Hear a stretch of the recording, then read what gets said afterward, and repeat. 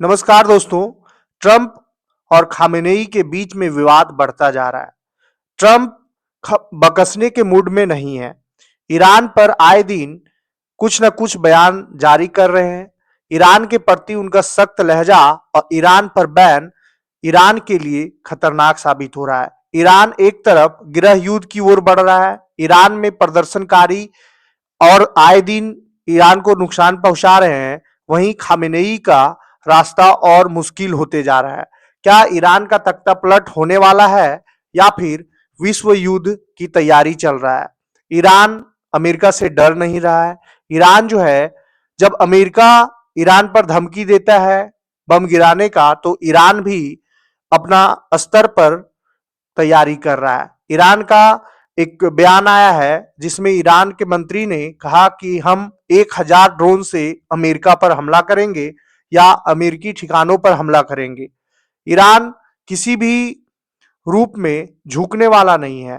Iran ने अपने युद्ध स्तर पर तैयारी कर रहा है। वहीं अमेरिका जो है, ईरान को सबक सिखाने के लिए अपनी हर तरह का तैयारी कर रहे हैं। अमेरिका और ईरान के बीच तनाव लगातार बढ़ता जा रहा है। अमेरिकी राष्ट्रपति डोनाल्ड ट्रंप की धमकी के बीच ईरान ने दावा किया है कि उसने जमीन और समुद्र से हमला करने वाले 1000 ड्रोन तैयार कर लिए हैं। ईरान की सेना ने दावा किया, अगर अमेरिका हमला करता है तो उसके ड्रोन और मिसाइलों का नेटवर्क इन हमलों को नाकाम कर सकता है। ट्रंप ने 28 जनवरी को ईरान से परमाणु कार्यक्रम पर समझौता करने को कहा था। ऐसा न करने पर उन्होंने चेतावनी दी थी कि ईरान पर अगला हमला पहले से कहीं ज्यादा खतरनाक होगा। ट्रंप के मुताबिक अमेरिकी युद्धपोत ईरान की तरफ बढ़ रहे हैं। अमेरिकी रक्षा मंत्री पीट हेगसेथ ने भी कहा कि सेना राष्ट्रपति के किसी भी सैन्य आदेश के लिए तैयार है। राष्ट्रपति डोनाल्ड ट्रंप ईरान के सेना प्रमुख मेजर जनरल अमीर हातामी ने कहा कि पिछले साल जून में अमेरिका और इजराइल के साथ हुए 12 दिन के संघर्ष के बाद सेना ने अपनी सैन्य रणनीति बदली है। इसके तहत बड़ी संख्या में ड्रोन तैयार किए गए हैं। हातमी के मुताबिक ये ड्रोन जमीन और समुद्र दोनों जगहों से ऑपरेट किए जा सकते हैं। इसके अलावा ईरान के पास पहले से ही बड़ी संख्या में बैलिस्टिक मिसाइल मौजूद है।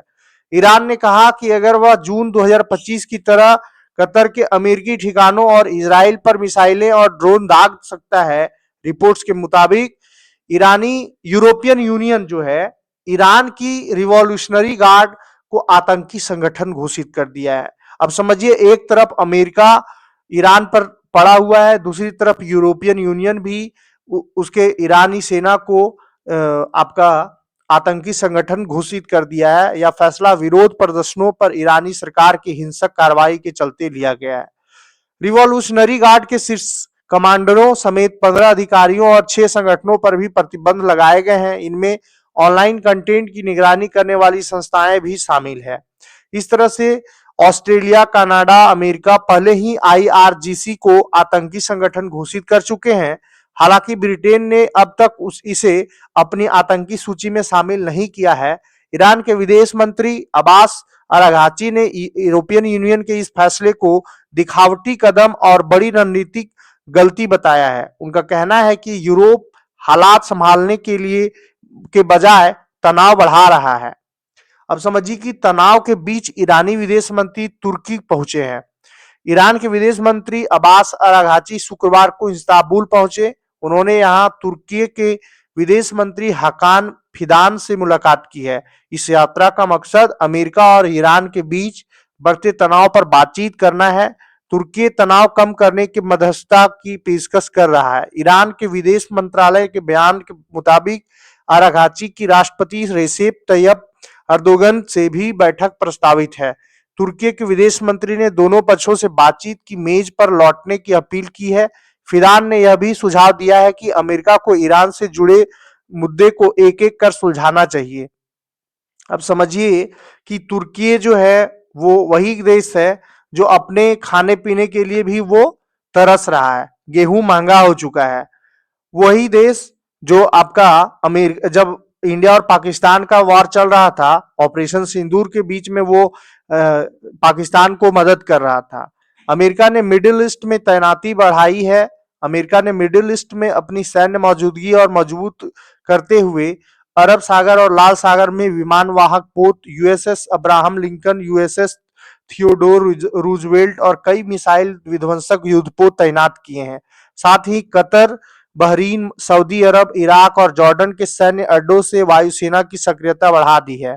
अमेरिका अब ईरान के परमाणु ठिकानों, सैन्य अड्डों व कमांड सेंटरों पर समुद्र और आसमान दोनों से हमले की स्थिति में आ गया है। ईरान के खिलाफ पहले कार्यकाल से आक्रामक रहे हैं ट्रंप। ट्रंप 2017 से 21 में जब राष्ट्रपति थे, उस समय 2015 के परमाणु समझौते संयुक्त व्यापक कार्यक्रम से अमेरिका को पूरी तरह बाहर निकाल लिया गया था।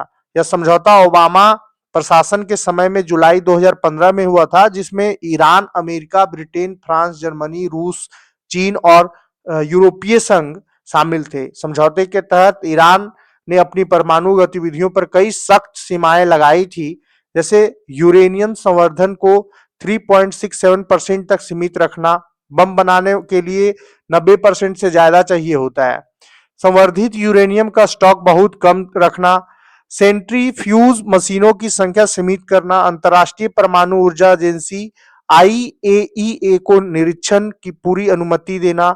मिडिल ईस्ट में 30,000 से 40,000 अमेरिकी सैनिक तैनात हैं।